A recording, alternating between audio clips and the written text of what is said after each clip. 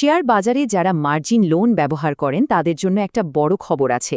Bangladesh securities and exchange commission প্রায় ২৫ বছরের পুরনো নিয়মকানুন একেবারে বদলে দিয়েছে।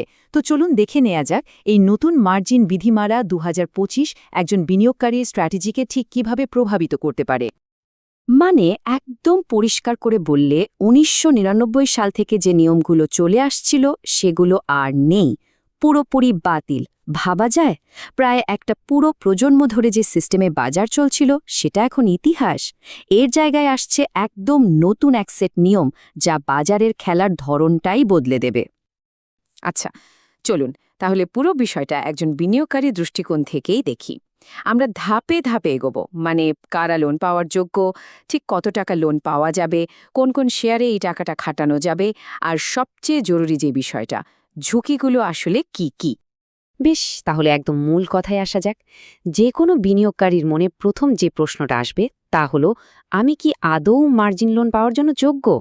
নতুন নিয়ম অনুযায়ী এই উত্তরটা পেতে হলে কয়েকটা প্রাথমিক শর্ত কিন্তু পার করতেই হবে। প্রথম আর সবচেয়ে বড় শর্তটাই হলো নিজের বিনিয়োগ। নতুন নিয়ম বলছে মার্জিন লোন পেতে হলে একজন বিনিয়োগকারীর বিও অ্যাকাউন্টে নিজের অন্তত ৫ লাখ টাকার শেয়ার বা ক্যাশ থাকতে হবে। এর মাধ্যমে কমিশন আসলে নিশ্চিত করতে চায় যে শুধুমাত্র সিরিয়াস বিনিয়োগকারীরাই এই সুবিধাটা নিচ্ছেন। শুধু টাকা থাকলেই কিন্তু হবে না, অভিজ্ঞতাও খুব জরুরি। শেয়ার বাজারে কমপক্ষে ১ বছরের বিনিয়োগের অভিজ্ঞতাও দেখাতে হবে।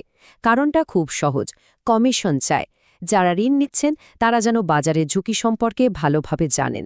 তাই একদম নতুন বিনিয়োগকারীরা এখনই মার্জিন লোনের জন্য আবেদন করতে পারবেন না।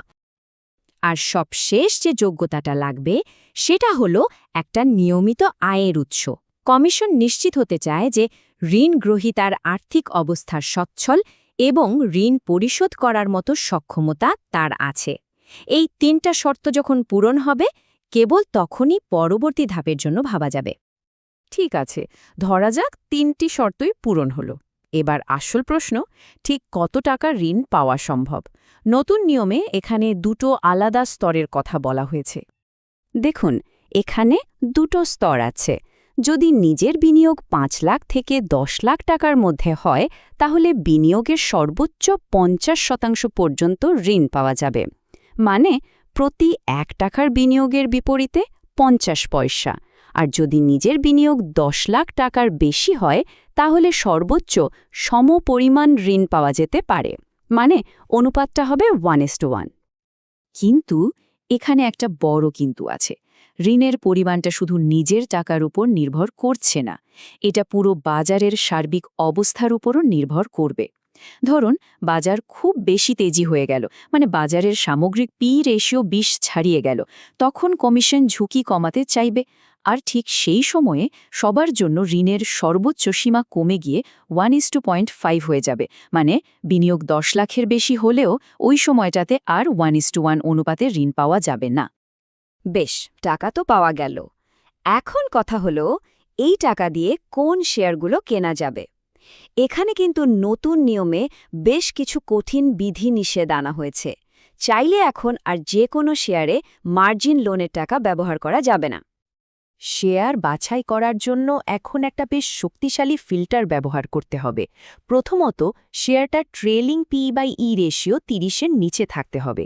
দ্বিতীয়ত, শেয়ারটার পি তার নিজের সেক্টরের গড় পি-র দ্বিগুণের বেশি হওয়া চলবে না। আর সবচেয়ে জরুরি বিষয় হলো এই দুটো শর্তের মধ্যে যেটা আরও বেশি কঠিন সেই নিয়মটাই মানতে হবে। সহজ কথায় দুটো পরীক্ষাতেই পাশ করতে হবে। এছাড়াও কিছু শেয়ারকে তো সরাসরি অযোগ্যই বলে দেওয়া হয়েছে। যেমন ধরুন জেড, এন বা জি ক্যাটাগরির কোনো শেয়ারে মার্জিন লোন পাওয়া যাবে না। এসএমই, এটিবি বা ওটিসি মার্কেটের কোনো সিকিউরিটিতেও এই সুবিধা নেই।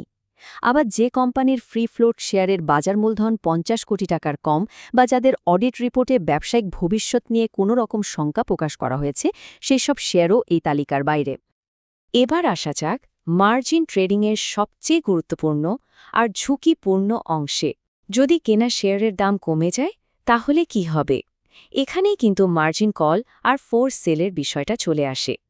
যখন কোনো অ্যাকাউন্টের মোট মূল্য নেয়া ঋণের ১২০%-এর নিচে নেমে আসবে তখন ব্রোকার হাউস একটা মার্জিন কল দেবে।